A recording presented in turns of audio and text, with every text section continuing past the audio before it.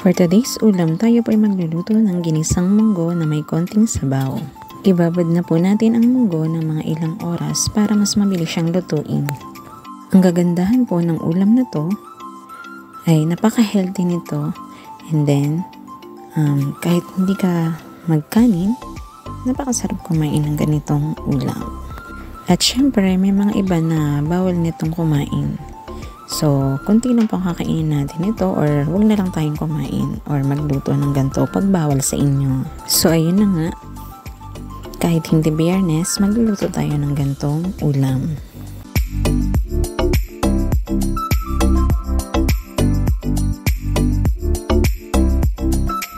Ang kagandahan dito sa probinsya, magpipitas ka na lang ng mga gantong mga gulay.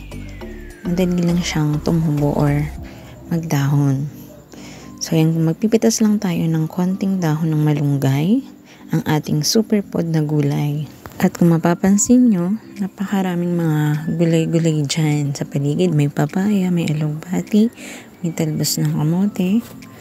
So, yun yung kagandahan. Pag meron kang itinanim, meron kang aanihin. At syempre, besh, kailangan nating himay-himayin yung ating mga malunggay. Mabusisi lang siya, pero napakasustansya ng gulay na yan.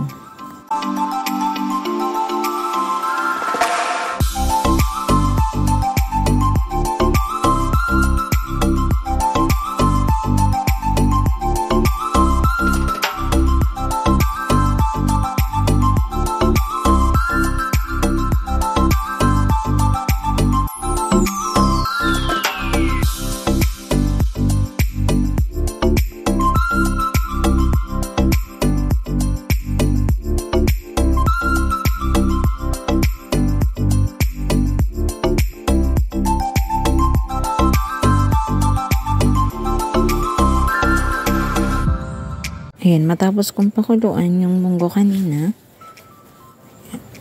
naggisa muna ako ng sibuyas bawang dyan. And then, pinaghalo-halo ko na lang sila.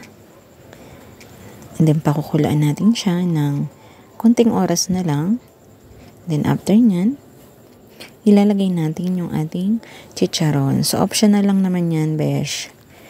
Kung bawal ka nyan, pwede hindi ka na maglagay nyan. So, ang ating pinaka-last but not the least ay ang ating malunggay.